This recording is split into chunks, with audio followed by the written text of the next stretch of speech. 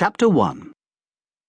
If it hadn't been for the subsidised mortgage, the pension plan, and the season ticket loan, Joe would cheerfully have buried the heavy-duty stapler in his overpaid skull.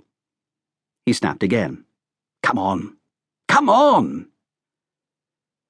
The banker stood menacingly over her as she stapled the thick documents together, his smooth, handsome features monstrous with rage. And you'd better have checked that my taxi's still waiting.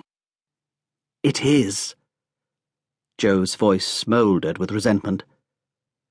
All she could risk was catching the eye of her neighbouring secretary, Janice, and pulling a mocking face.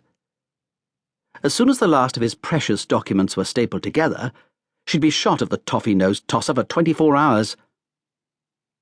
When it was done, he ripped them from her grasp and sped back to his desk to stuff them into his briefcase. Grabbing his mobile phone, he hurried past the other desks, pausing only to yell again at the junior executive, whose unforgivable error had held up the process. Scurrying out to the broad bank of lifts, pointedly ignoring the older colleagues waiting there, he jabbed hard at the little button. Come on! Come on! At last, the lift finished its hesitant ascent to the 18th floor. He stormed in and turned, flinging a glare at the others for wasting valuable seconds shuffling inside. His luck was out, and the lift stopped at floor after floor, each pause bringing fresh muttered curses from him.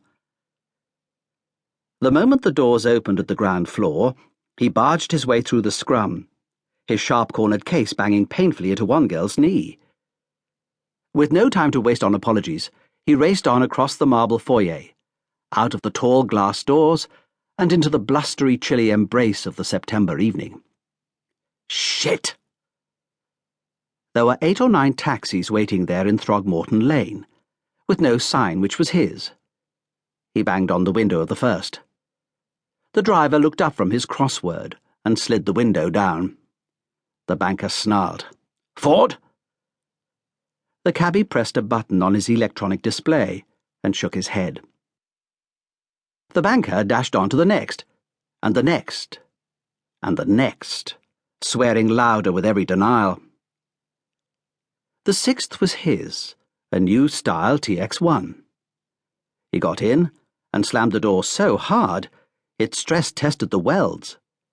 The cabbie winced and took a look in his mirror. As he moved off, he pressed the intercom switch. A red light came on in the passenger compartment, and another on the dashboard. The sound was thin and reedy.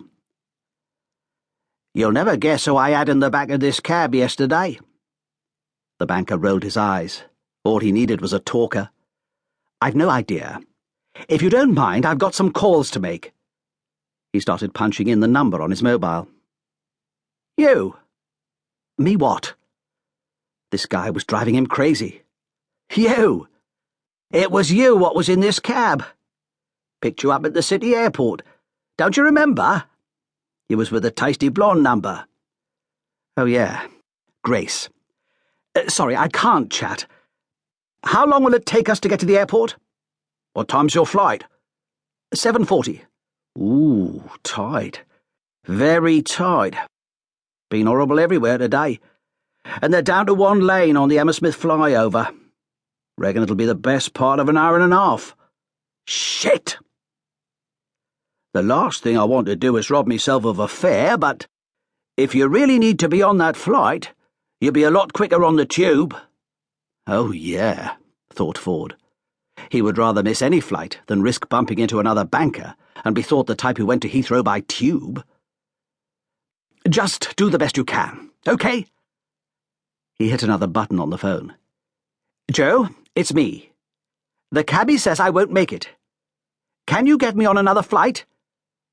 I know it's the last Stuttgart flight, but there must be some other way of getting there. Via Frankfurt, or Schiphol, maybe. If there's nothing, you'll have to charter a jet. However you do it, get me there. Now, put me through to Simon Black. He glanced through the drizzle at the road ahead. They were swinging round the Blackfriars spur that loops down to the embankment. He prayed